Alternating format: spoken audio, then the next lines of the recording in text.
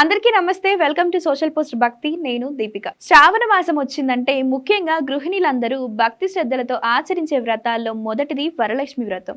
ఈ వరలక్ష్మి వ్రతం తక్కువ ఖర్చుతో నియమ నిష్టలతో చేసుకునే పూర్తి పూజా విధానాన్ని ఈ వీడియోలో మనం తెలుసుకుందాం. వరలక్ష్మి వ్రతం అంటే పెద్ద పెద్ద అలంకరణలు చేయాలి, ఖరీదైన పూజా సామాగ్రి కొనాలి, పంతులు గారిని తప్పనిసరిగా పిలవాలి, ఇలా చాలా మంది చాలా రకాలుగా అనుకుంటారు. కానీ నిజానికి భక్తితో శక్తికి తగ్గట్టుగా నియమ నిష్టలతో చేసుకునే పూజకి ఎక్కువగా ప్రాధాన్యత ఉంటుంది.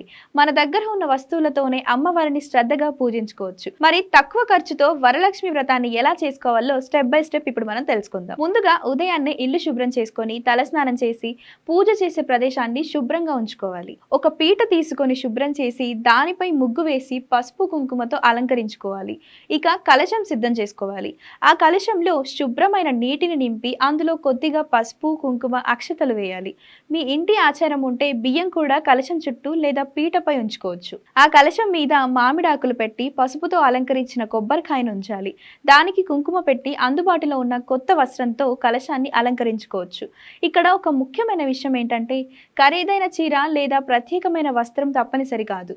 శక్తికి తగ్గట్టు శుభ్రమైన కొత్త వస్త్రాన్ని ఉపయోగించుకోవచ్చు. ఇక కలశాన్ని సిద్ధం చేసిన తర్వాత పూలతో అందంగా అలంకరించుకోవాలి. ఎక్కువ పూలు కొనాల్సిన అవసరం కూడా లేదు. దొరికిన పూలతోనే అందంగా అలంకరిస్తే సరిపోతుంది. ఇక పూజలో మొదటగా గణపతిని పూజించాలి. వక్రతుండ మహాకాయ అంటూ గణపతిని స్మరించి విఘ్నాలు తొలగించాలని ప్రార్థించాలి. ఆ తర్వాత ఆచమనం చేసుకొని సంకల్పం చెప్పుకొని మీ ఇంటి ఆచారం ప్రకారం తోరాలు లేదా కంకణాలు కట్టుకోవాలి. ఇక వరలక్ష్మి అమ్మవారిని ఆవాహన చేసుకొని పసుపు కుంకుమ అక్షతలు పూలతో పూజ చేయాలి.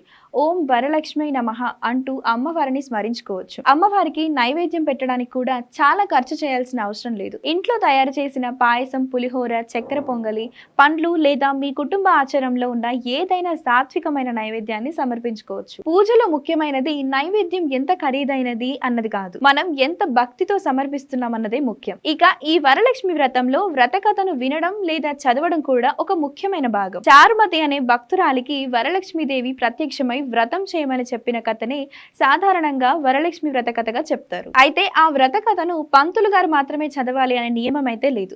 మీకు చదవడం వచ్చుంటే మీరు స్వయంగా చదువుకోవచ్చు. కుటుంబ సభ్యులంతా కలిసి భక్తితో వింటే మరింత మంచిది. కథ పూర్తయిన తర్వాత హారతి ఇచ్చి అమ్మవారిని మనస్ఫూర్తిగా ప్రార్థించుకోవాలి.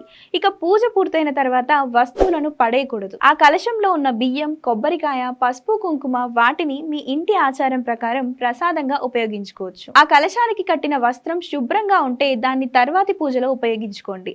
పూజలో ఉపయోగించిన బియ్యాన్ని కూడా ఇంటి ఆచారం అనుమతిస్తే ప్రసాదం చేసుకోవచ్చు. అయితే ఇక్కడ సందేహం ఏంటంటే ఆ కలశాన్ని ఎప్పుడు తొలగించాలనే విషయంలో కుటుంబ సంప్రదాయాలు వేర్వేరుగా ఉంటాయి. సాధారణంగా మరుసటి రోజు పూజ చేసి ఆ కలశాన్ని గౌరవంగా తీసి అందులోని పదార్థాలను ఇంటి ఆచారం ప్రకారం వినియోగిస్తారు.